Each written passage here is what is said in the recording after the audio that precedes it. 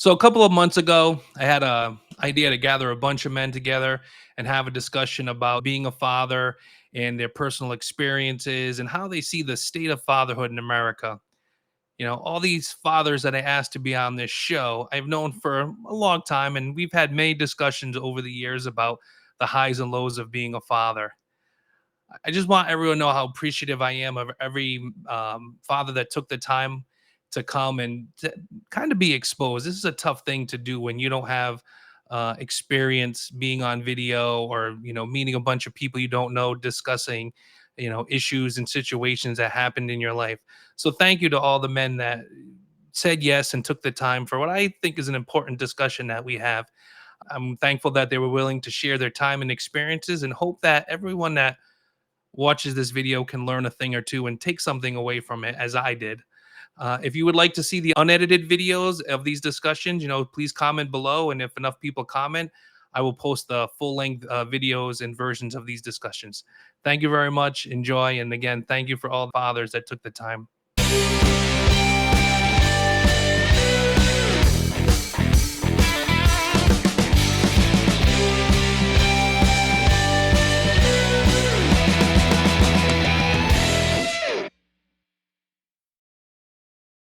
Welcome, everybody. I'm Justin Thurber, and I just first want to say thank you to everyone for showing up today. I think this is going to be a interesting discussion about fatherhood and the roles fathers plays, and what our experiences are. I'll just introduce people really quick. There's Lionel.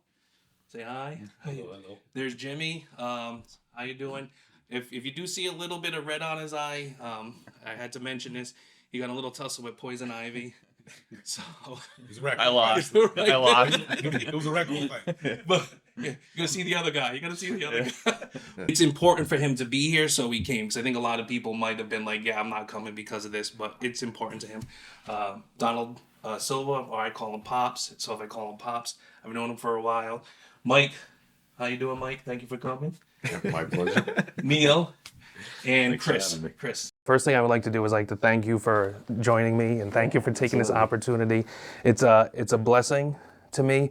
Like I said, one of the reasons why I wanted to interview you is I think you might have a unique take being a pastor at His Providence Church. Obviously, that entails a lot more pressure as being a dad and a example than just probably most dads that aren't in front of a bunch of people saying, "Hey, we need to live a certain lifestyle," and then doing that on a day in, day out basis. So thank you all for coming.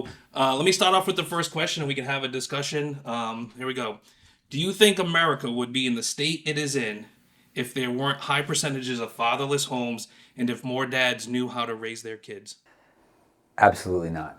I don't think we would be in the state we're in. I think, in fact, I would say an overwhelming majority of issues can and should be traced back to the absentee father, or the struggling father, or the addicted father, or the broken father, or the abusive father, or the non-existent father. Yeah. Without a father figure, they don't have that protective aspect. Like a lot of times you see, like if you talk, like people that give interviews, they said like, "Oh, they have a father. I'm not going after that kid." Yeah. It'd be completely different. I can tell you that for a fact, because coming from an era where fathers were in homes, things weren't happening the way they're happening now. If we had fathers who were masculine fathers in homes, there's somebody there to stop a flood from happening. It's going to stop. If there's nobody there to stop a flood, it's just going to keep raining in. And that's what's going on right now in America. So another aspect to that would be with the mom may have to work too. Yes. So now the mom's out of the house. Yes. And now the kid's getting carted around, and it's a different atmosphere, different environments. TV's becoming the babysitter. Yeah. So let me ask the older dads. I love my kids, but I also have to be the bad guy. You have to. And it's one of those struggles that I think a dad has. I don't think a lot of people understand is you're sitting there and you would love to be the dad that says, "Listen, I'm going to let you do this. I'm going to let you do this. I'm going to just be nice to you to be nice to you." But we have to sit there and kind of to what you say, we have to be honest. Yeah. And we have to be honest and say, listen, this is what's coming for you. So speak a little bit about that, both of you, if you want. No, in my experience with my children, you do have to be the disciplinarian, and sometimes you feel like once you've done it or once you've disciplined your child, you feel bad after. Yes. You feel bad, but something that's part of life. That's part of parenthood, and also to relay your values to them Yes. as well. I That's think that's real important. Yep, structure, and let them know that you care about them and that they should be doing the right thing. I think it's pretty interesting when you use the term disciplinarian and it relates to a father. A lot of, at least in my generation, people might refer to as, well, a kid got hit or something like that. And it was never like that for me. I very, very seldom, if ever, raised my voice to my kids. And what I used to do is I discipline in a different way. I'd ask them questions. And one of my favorite questions is, before Dr. Phil ever said it, is, why did you do that? How come? Did you think about it beforehand? So I'm with my son in Texas. And before we were going to a college baseball game, and he says, "Pops, I gotta ask you a question." He says, "How come when we were growing up you never yelled at me?" And I said, "Did your mother yell at you?" He said, "Yeah." I said, "You ever listen to her?" He says, "No." I said, "Okay. No, what did I do?" He says, "You always ask me questions. You made me feel so bad because you never yelled. It was always this question after question after question." Made him feel like an ant. And I said, "Did it work?" And he says, "Oh yeah, a little too well." What is the best part and the hardest part of being a dad? Not to over spiritualize everything, because I know, as a pastor, everybody's expecting that. But I do feel like seeing kids and being sort of, I'll say, responsible for their encounter with the Lord. Sure. And, seeing things click, like when they get it and they're putting pieces together, and the fact that you can be a part of that. It's like this immense responsibility, but it's also the responsibility, risk, and reward. It's all proportionate. So the reward of doing it right and seeing it is just incredible. It's to me, that's like kind of what I live for. When it comes to my kids, and everything's towards this idea of like, whoa, we're building something here. Dads are builders, Yes. right? And so when you think of it in terms of you're building a person, I'm building 4. It's like you see the pieces click into place, and their eyes light up, and they're like, whoa, like they understand a truth or a principle, something valuable that they'll carry the rest of their life. All right. The best part is, I guess, watching them grow, especially when they listen. Especially when you're giving them the cheat code to life. Yeah. It's like a video game. Yep. I've played this game before you. So now if you just take these cheat codes, like Mario 3, take this flute whistle and you can go to any world you want. Just listen. Yep. And then when that happens, it makes you feel good. So I have a 10-month-old, so it's a very interesting point in, obviously the baby's lifespan. So right now, I think the most enjoyable moments are really just the smiles and the giggles and all that stuff. It's like you wake up in the morning and literally the first thing I see is her grin, just like looking at me in the morning, and she's getting teeth now too. So she's got these like buck teeth and stuff, and it's just like, it's the best feeling in the world. Yeah. And then she's at the stage now at 10 months where every week she's starting to learn a new trick, whether it's like pulling herself up on something, or she does the like the motorboat with her. Yeah. Like, so it's like, she starts saying different words, different syllables and things like that. She starts to kind of understand like hello and goodbye. So just seeing those developmental milestones is just like the most rewarding thing ever. I think the best part of is just watching them grow up, go through all the stages of life with them, go through when they're infants, when watching cartoons, and Saturday morning wrestling was mandatory. Even Sunday morning wrestling was mandatory. it goes through all the stages of their life. Watching them get on the bus for the first time, watching them throw the first ball, seeing them play basketball, going through just life in general. Yeah, I kind of agree with you, Pop. Watching them grow up, watching those tender moments, like getting on the bus for the first time. Those are memories that will always be with you, and those are great memories. And those were some of the best times of watching the children grow up. I guess I can give you some examples. So I have my daughter and my son. So with my daughter, it would be probably not like, say now we're in softball. So I got her into softball last year, never played before. Nothing. Never hit, catch, throw. She just went in, green. So watching her evolve over the last year has been amazing. And the way I've done it with her is that I will put things in her head every time we go to a game. I'll be talking to her in the car. Let's focus on this today. Let's focus on this today. The next time. And you'll notice that she picks it up and she'll apply it in that game. So I know I'm getting through to her at least.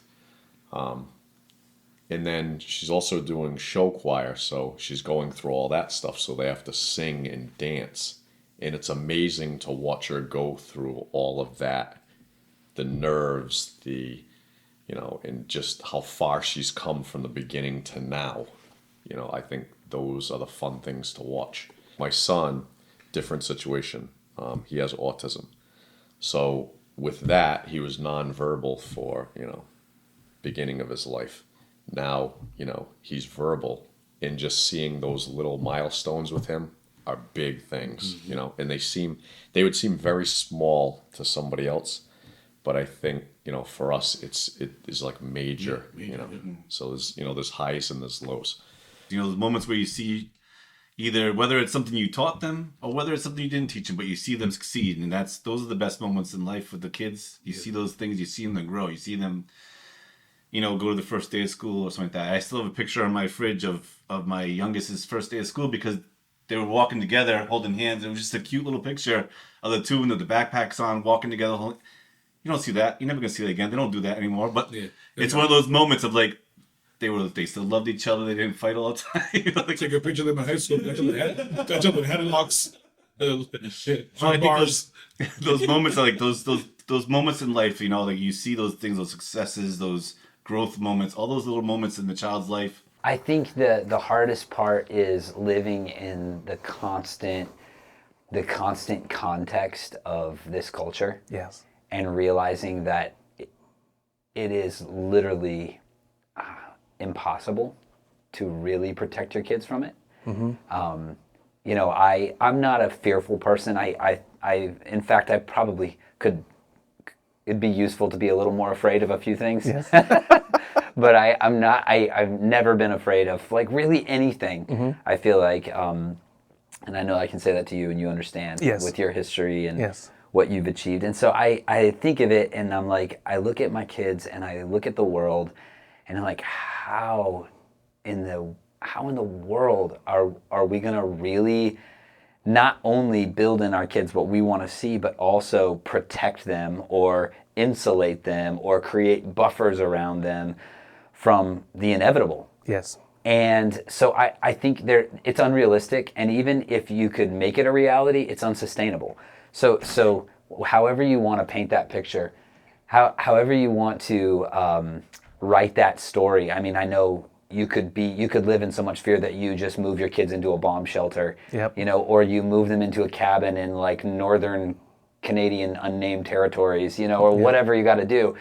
But at the end of the day, that's not really what builds the character you're looking for. The character that we're looking for is the character that remains in the face of the opposition, in the face of the tide that's working against it. And so I think the hardest thing is, how do you build something that stands? How do you build something that can withstand the elements of culture? But then the worst part is when especially with girls when boys get involved. That's what sucks. On the hard side, so it's funny. I was watching the show on the History Channel called Alone recently, and these guys have to survive for as long as they can in the wilderness. And the first phase of the show, they're all just pretty much just trying to pull everything together, get their tent set up. You know, it's all just like about building a getting all the necessities in order. And then the second half of the show is more of like the mental game and things like that. And I feel like I'm in phase one of childhood, like where we're pretty much just trying to get everything up and running. We're trying to get our sleep schedule going. We're pretty much just trying to get like everything in a sustainable way. And then as she gets older and develops a little bit more, we'll be entering phase two. And the hardest part is watching them grow up, because they're going to leave. And then they leave, and they've left. And all three of my kids have moved away to different states. So yeah, that's the hardest part. The best part was watching them grow up, and the hardest part was watching them leave. But knowing that they were better people because of something I may have said, done, attributed, helped them out in some manner. Great job, man. Yeah. And that's what's really cool about the whole process. When they grew up and they left the nest, I cried like a baby when I brought my oldest daughter to college for the first time. And that was the first time she ever left the house. So, and for any length of time. So that hit near and dear to my heart. And after I dropped her off, I cried like a baby in the car. So those are some of the hardest things, is letting go. Yes. Letting them become their own person. And you'll all find that out as you go through life. Goes quick too. And I think the hardest part of being a dad is probably the time. So it's like, you feel like your kids were babies, and then all of a sudden now you're like, oh, they're 9 and 7. It's like, where did the time go? And it's like gym, So I think what happens is in those early years, you're just trying to get through the years. So it's like the days just go, and then, it's like a week and a month, and, you're in this like survival mode, it feels like. And then now I'm at the point where I'm trying to slow time down a little bit and kind of just live in the moment. So I would say that's probably the hardest part. Like I said before, there's no book for dad. So my aspect of how to be a dad is, well, there's my dad, and then other people other mentors or other men that I've interacted with. But okay, I take the aspect of what he did, and I want to change. I want to make better things at that. So the biggest fear, or the biggest toughest thing for me is I'm just always worried that I'm going to fail my kids. For everyone that watches this, you can obviously understand why I asked all of you to participate, because a lot of things that I would say as a dad are things that you've said as a dad. And I think one thing that a lot of people miss, especially society, is they think dads most of the time aren't caring. They're these like rigid, not caring people because we're the authoritarians. We're the ones that usually the disciplinarians. But I sit here and like you, my daughter went to college. Now she pissed me off, so I didn't cry, which was good. But I knew I cried a lot before I got there. But Man, tear ducts so for you. They cried out as soon as you made mad. they were reserved, and then you pissed me off. So you can replace that with anger, right? But before, like, you think about it, and you think about, did I do everything right? Did I prepare them enough for life to be successful? Those are some of the things, and I think dads get a bad rap because I think a lot of people think we're emotionless, or we're just these hard people. And if you think, I'm gonna cut you off, but if you think about it, it's just the way America portrays us. It's what we're the ideal man is supposed to be, the protector, the provider, the don't cry, show no emotion.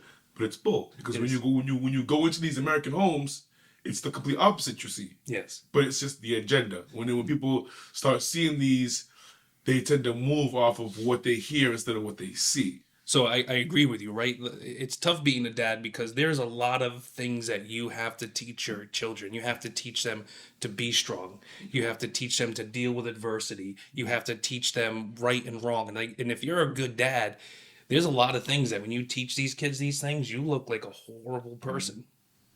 But I think other dads and I think society as a general should realize that, listen, they're doing the right thing. They're setting their kids up for success. And it's not easy. Do you feel there's an attack on manhood in America? I mean, I wish I could say that it still felt like an attack, but it's like almost like it was a war that we already lost. Yeah. You know, because there's a remnant, you know, of men. You know, like the Bible says, there will be a remnant, but it feels like society has just given up on, you know, the real role of a man. Yes. You know, and so yes, to answer your question, yes, at least Yes. an attack. At least an attack. The number one, that's the number one thing right now in America that they're attacking is fathers. Because this is the way I look at it. If you got fathers in lives, all this agenda you have going on is going to fail. Yeah. The moment you take fathers out of our homes and the mothers are only left behind, the children's brain is up for grabs. You could do what you want. You'll have nobody there to tell you no. It pains me to say, but yeah, it's like you look at things and you realize how big politics, I think, plays an influence on a lot of things. And it's like they will use anything and everything to like push political agendas and things like that. And I really think that a lot of this stuff that you saw, I mean, you rewind the clock like 50 years and you had very tight families. You had a lot of homes with 2-parent homes, things like that. And you didn't have the issues that you have today with like gun violence and all this other stuff. And you watch some of the videos that are out there, and I mean everything from like Hollywood to the programming that's been in shows, and I mean you even talk about like a lot of the programs that government offers too. They kind of have good intentions, or they perceive to have good intentions, but the results have been absolutely catastrophic. I'm going to cut you off, but I just saw a video on YouTube where they was talking about how in the black families, how we basically got sold out in the 60s. The government told them, because when the families were together, it was the father went out, obviously, you know, hunt, kill, bring it home, put the bacon on the table, wife takes care of it, which is basically pay the bills, all that stuff. The government came in and said, listen, we'll give you free rent and free food stamps, but you got to get rid of this guy because he can't be here benefiting from what I'm going to give you. And y'all just live like a jolly, happy family. Yeah. He's got to go. I agree. And I think, you know, the one shining light in all of this is I think there are a lot of people that are starting to push back on some of this stuff, which is very, you know, which is very cool to see. For example, you see a lot of the rebellion, like a lot of rebellion today, like, well, a lot of the rebellion 20, 30 years ago was like, oh, I'm gonna, you know, play rock music, do all this other stuff. Now today it's like you're rebellious if you're gonna get married and have a family. Like that's the rebellious class today. And I think you're starting to see a lot of young people start to move in that trend. So I'm you know very hopeful that continues. Well, to me, it's a generational thing that's brought about through TV. If you go back to my generation, you had Ozzie and Harriet, Father Knows Best, Leave It to Beaver. Who was Dad? Dad was this guy who came in every day with a tie on, and still trying to figure out what Ozzie did in Ozzie and Harriet, but that's to be honest. But Leave It to Beaver's dad, he always came in with a suit and a tie, and he came home from work. But as the years went by, if you watch it from a TV perspective, now you see Al Bundy. Perfect example. So now what happened is the fathers are made from being this respected quantity, if you will, to being a boob who says stupid things, who gets drunk, who does dumb things and womanizes and all that. And he's So so to dunce in me- the family. That's what you're saying. Yeah. Modern family. Yeah, and you see that, go on, unfortunately. And it's really too bad. And I think Dad's gotten the short end of the stick for years, and it's only getting worse too. I think society today is kind of upside down. What used to be right is now wrong, and what was wrong before is now right. Yeah. And you know, today being a Christian is wrong. Yes. You know, by most of the woke society, and our fabric of America is falling apart, and I'm not sure how we're going to fix that. I have some ideas, but Yeah. Fathers. yeah, I think there's two questions there. It's who is driving it and why are they driving it? So social media is the answer. Follow those social media companies. They'll lead Who you. owns these companies? It's going to take Eligibilities. you right to the answer. Yes. Right. So that's where the problem lies. yeah. It's simple. If you look at it, like, it's attack on fatherhood and parents and stuff like that, because like being a father, being a parent in general is like a selfless act. Like you have to be selfless. The more selfless you are, the better parent you're going to be. Because the more it's about you, the less it's about taking care of your kid, teaching your kid, doing things for your kid. It's not about them. Like look at the parents. You can, if you look at certain parents out there, you can see that they're making their kid a certain way because it's about them. It's not about the kid. It's about them. And so as a parent, they're just Sounds out like there. sounds like jazz music. They're just everywhere. They're not on the same page. So if we're not on the same page, we're not working together. So like the attack on parents, it's the government wants control. Yes. The less parents there are, the less families there are, the more the government has control because if baby mama has no daddy, the government's their daddy. Yeah.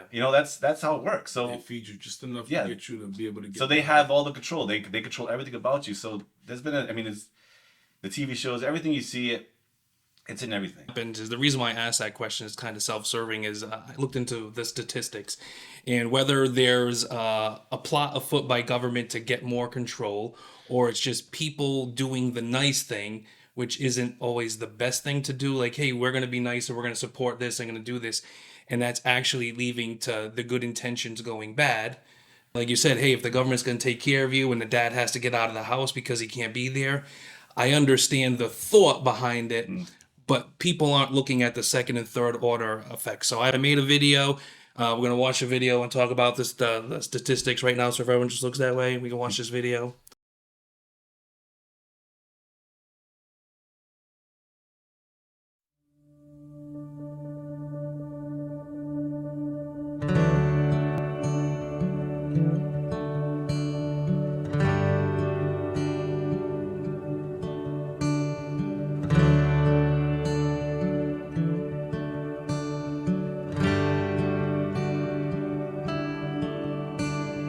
Breathe deep.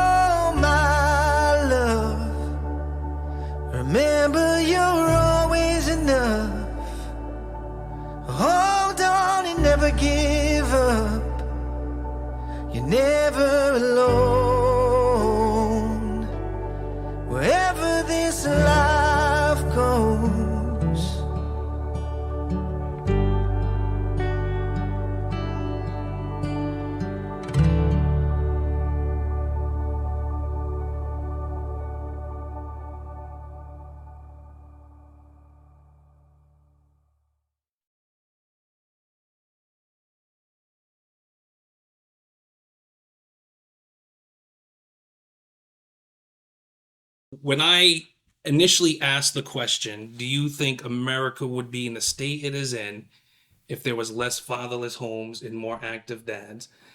And just hearing the discussions of how you're active and what things you've done, and then reading these statistics, I think like we're the wall, we're the person there Yeah, more than a wall. that stands there and says, "Not to my freaking kid. I am not gonna let you." And that's why I appreciate you guys coming, because it's tough for a lot of people to come here and discuss these things, and you don't know what it's gonna be, but you understand that there's a role to be played and we need to do a better job, because this is not good. This is not acceptable. It's a lot. It's a lot of information, and I think it just is a resonating indicator of the climate. I think it's important to note in the midst of that fatherless is not limited to a house in which a biological man that shares your DNA exists. Correct. I know homes that the literal dad lives there, but there's no fathering going on. Yes. And I think that to the outside, somebody may see a family that looks like they should be on the cover of a magazine. They're the epitome poster child family, but there's no fathering going on. Yes. This is a bigger problem than I think a lot of like white middle class suburban people hear those statistics and they think, the ghettos, they think the Section 8, they think the stereotypical, fatherlessness. But think of marriages, right? I know we're talking about fatherhood here, but there's a lot of marriages that are on paper, legally, on a filing cabinet somewhere, they're still married, but their hearts are not in it. Yes. Well, the same thing can be true. There can be a kid living in a bedroom down the hall from your bedroom, and it doesn't mean that your heart is in the fathering of that child. And so to me, when I hear those things, I'm thinking of, okay, a lot of that, how we're defining fatherlessness, but what if we really went after the heart, which would be impossible to measure, without the Lord, those numbers would be astronomically even worse than they are. And so to me, it has to start in the heart. Yes. It can't start by just like injecting men back into these places, because we're just going to bring all our toxic stuff with us. We need not just fathers, we need healthy fathers. We need fathers who are whole, who have done whatever work is required to receive whatever healing they need. We need men who are taking responsibility for their brokenness. Because otherwise the adage, hurt people, well, hurt fathers hurt children. Yes. And that doesn't mean that they're physically abusive or even verbally abusive. Sometimes the worst damage that we can do is like to not be there, to not be there. And I think that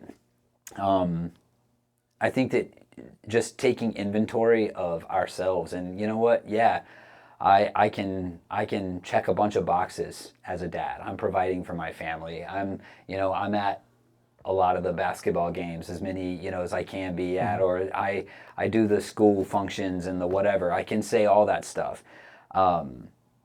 But if I'm really real with myself and take inventory, like there are places that I would say, yeah, I haven't been as present in that context, Do you feel like you also have to be a role model for other kids? Yes.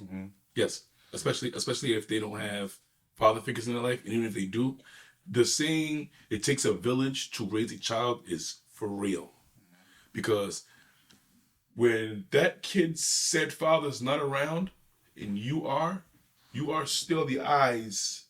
It's like if his father never even went off to go to work, he's still got somebody who cares for him or her like their father does, and it keeps them to do straight. So because now they don't have just one father to worry about. Now there's two of you. Yeah. Even though you have yours at home that's raising you, but there's also this guy down the street who's got his eyes out there like as if you were his child. Yes. Which is a good thing. It is. And I totally agree with that because I coach, I coached for about 40 years, different sports, primarily girls. And what happens is I'll have players come up to me and say, I can say something to you. I can't say that to my dad. I said, well, maybe you should try. Just try doing it a little bit differently. And then I always figure that my thing is before I say something to a child, I process it. I think about it. What's my reaction, action? What is my thought process? What is my physical makeup at the time when I'm saying it? How am I going to do this? Because once it comes out of my mouth, it's too late. So it better be processed pretty damn quick. Well, I don't think Mr. Rush is standing on you. To be honest, he's thorough. I like him. And I really have to think about it because I know that as soon as I say it, and like going back to coaching again, because all my kids have grown up and moved away. So I'm constantly around children all the time. And what I'll hear some people say that are just derogatory, and I'll talk to the parents and I'll say, look, your child is going to make mistakes. Get over it. She's a pitcher, if that's what I'm working with. She will definitely screw up, as she will in life. But it's how you approach it. You do not yell at her. You do not scream at her. You do not say anything derogatory. You talk to her and discouraging, and I hear that a lot. And then I'll hear stupid things such as they'll tell their daughter, well, just throw strikes. And I'll look at the parent and I'll say, what do you think she's trying to do? Why can't you say something? Why can't you say something constructive? Like, keep your line of force straight, watch your footwork, watch your release point. And they'll say other things like that constantly. And then I'll just talk to the parents. I think the best thing for you to do is to stay over there and as far away and just give me a catcher. And if you can be quiet during that entire time and learn, because I'm trying to teach you something other than just simply throwing a ball. It's how to process the whole bit of learning. And that's up to me because sometimes they don't get that at home. And I know they don't, because when a kid says to you, oh, my dad doesn't say things like that to me. And I said, well, all right, we're all different, but you it's me, not your dad. So why don't we do it this way? And then they're very, very accepting of that. So just to add on to that a little bit, so my daughter with softball, she's doing well. She's a really good hitter now, but she'll say to me, "Oh, Dad, what if I don't get a hit today?"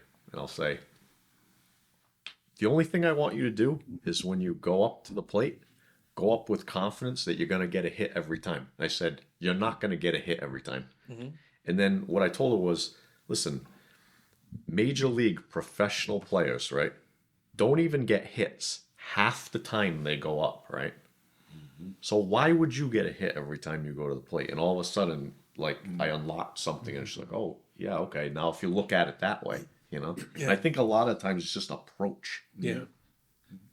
Question of like disciplining or helping raise other kids. So with a 10-month-old, I haven't had too many circumstances, you know, where that's been involved, you know, whether it's at like a playground or something like that. But it's you know, the statistics that you just raised are like, I mean, that's like a 5-alarm fire to me.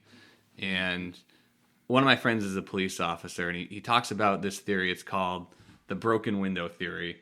That, like, if a kid is, let's say they're just playing in an abandoned house, and they pick up a rock and they throw it at the window and break the window. If a parent or you know, a police officer or someone doesn't like talk to them and let them know that that's wrong, they're not going to know that's wrong. And essentially, next thing that they're going to do is maybe they're going to take a lighter or a match or something, and then they're going to start like burning something, and then, you know, and that starts escalating, and there's no path to start correcting that behavior early on. And what you see in society, like there was a story I think in California where they're making it so if you shoplift, you're not going to be penalized for shoplifting. Chicago, same thing. Yeah. And that's exactly what they're trying to do, is they're removing this this early action of like being able to correct somebody for bad behavior. And if you think about it, I mean, that to me is like, I think in the moment that's a tough thing to do, to like discipline someone for that, especially if they're not like related to you.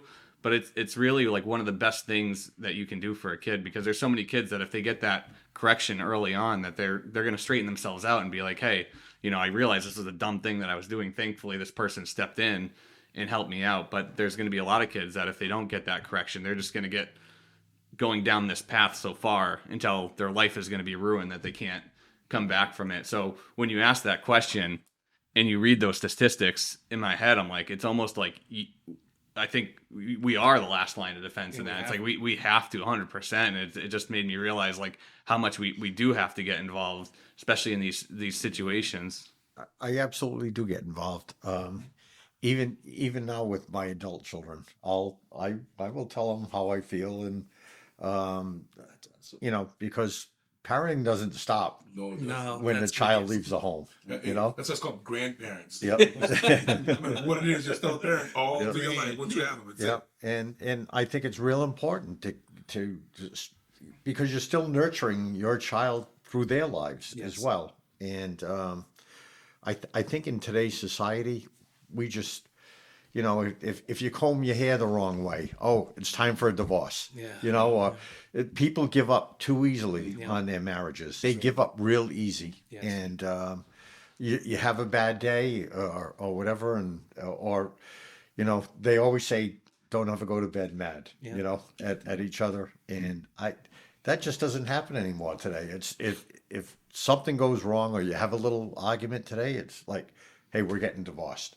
And I think a lot of society is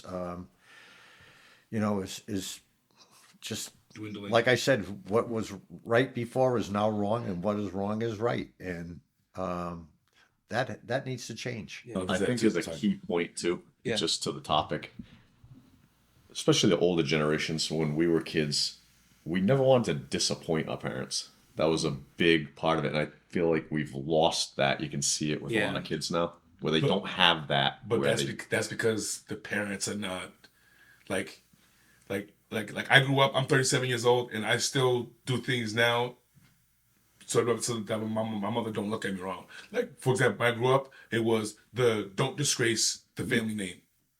Don't go out there and embarrass me, because what you do reflects on me. Because it looks like that I'm not doing my job, and I'm doing my job. But it's because you're not in my vision, so you do what you want, and then people think that I'm raising animals. It always stuck with me. So it's like, I go out there, I make sure I don't do stupid things, because my mother knows everybody. So my mother's got cop friends up the wazoo. So it's every time something happens, when I get home, she goes, "Where were you?" Once I hear "Where were you?" somebody told on me. You know what I mean? And it was quite often. So I just learned to just stop. Yeah. So I had to stop. What is your best advice that you have for raising kids or to another parent? Take your time. Don't rush. Really,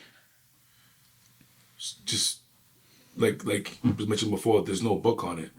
So you just have to, if you want to have like some kind of little pamphlet, start with your childhood. Pick out things, like he said before, things that you like at your father's, things you didn't like at your father. And if you have other mentors, that fits you and suits you for you to raise your children. Don't take everybody else's or one person's blueprint and think that's going to work for you, because it doesn't work like that. Yeah. But just the main one is time and patience. Good. Because you're going to need it. Jim, I know you're young into this, but you were... Mine is live close to your in-laws. and I say that jokingly, but it also is just like, having a community, like you said, it's like, I mean, we talk about how difficult it is to do something as a single mother. Even with two parents, it's hard to do. And like, the more people that you can have involved, and like the more of a community you can have around raising your kids, and like just sharing that experience, and even like sharing some of the workload. I mean, I can't tell you how much of a help it is when our in-laws come over, even if it's just for a night, so we can kind of just get like a break and do things that we need to do, just regular life stuff, even like laundry and like cleaning up the house and stuff like that. Night. Yeah, it's just it's so helpful to have. If I had one to choose from, it's this one word: listen. Just simply listen to your child. Listen to them, what they're saying, what you think they're saying, what they're actually saying, and interpret it without being biased one way or the other. But just simply listen. Being involved with your children, every step of the way. Give them the support they need. And you're going to make mistakes along the way. As a dad, you're going to make mistakes, but you build on that, and you learn from those mistakes and move on. And at the end, have no regrets, but be involved and make sure your children get the foundation they need to be the parent that you think they should be. Yeah. You know? Same thing. Be present. That's it. That's really all it comes down to. And do your best. We're all gonna make mistakes. It's inevitable. I think you summed it up right there. I mean, like from the start of the question to the end, be present. We need fathers present. I mean, that pretty much sums the whole thing up. Fathers need to be there. We need parents. We need fathers. We need two people. Be present. That's Yeah. I would say don't be overwhelmed to dads who are trying to get it right, and make sure that your child knows your heart. That's where so many people went wrong with God. That's how we ended up with Pharisees crucifying the Messiah in the New Testament, is people who knew the law but didn't know the heart. And I think we can raise kids who are really aware of our law, but who maybe totally missed our heart. And so I want my heart to be more important than my law. Our law is important, Yes. by the way. And the law is really good. Even 1 Timothy, the first chapter, talks about how the law is still good in a place where we're missing the Spirit, where we don't have the Father's heart. You know, it's still good to build parameters around us and have rules, you know? Yes. I think it was in a sermon a while back, and one of our points was free men still follow rules. You know, freedom doesn't mean without rules. It means free because we're walking within those parameters. And so I think that for guys today, make sure that your kids know your heart. It's not just the rule, but why. We need more like a fatherhood support. Yeah. Well, that's what we need to learn to reach out. I think a lot, like I said before, a lot of times we silo things. A lot of times what we do is we think we have to do this alone. Maybe there's some ingrained thing in us that we don't want to look like we're a failure, or maybe we think we know. I don't know what it is, but I think having these discussions, and we do, like, And I think we've learned Yes. from each other Yes. today. Yeah. And that's- I understand like about being around men. It's just that doesn't happen anymore. It doesn't. but the benefit from you doing that, the long-term benefit from you reaching out to other people and doing the hard but right thing is going to pay off. And the see it payoff now. is, I like see it you now guys with said girls. earlier, watching your kids. Everyone said watching your kids be successful. And that's my hope for everybody. And what I would love nothing more is in 5 years we come back and people look at those statistics and it's starting to go in the right way. So, well, I appreciate everyone for taking the time. I appreciate all the discussions that we've had. I appreciate it, Pastor Zach. Thank you so much. I really appreciate everything. Do it. All right, God bless you. God bless you too. Thank you so much. Thank you very much. Take care. I appreciate it.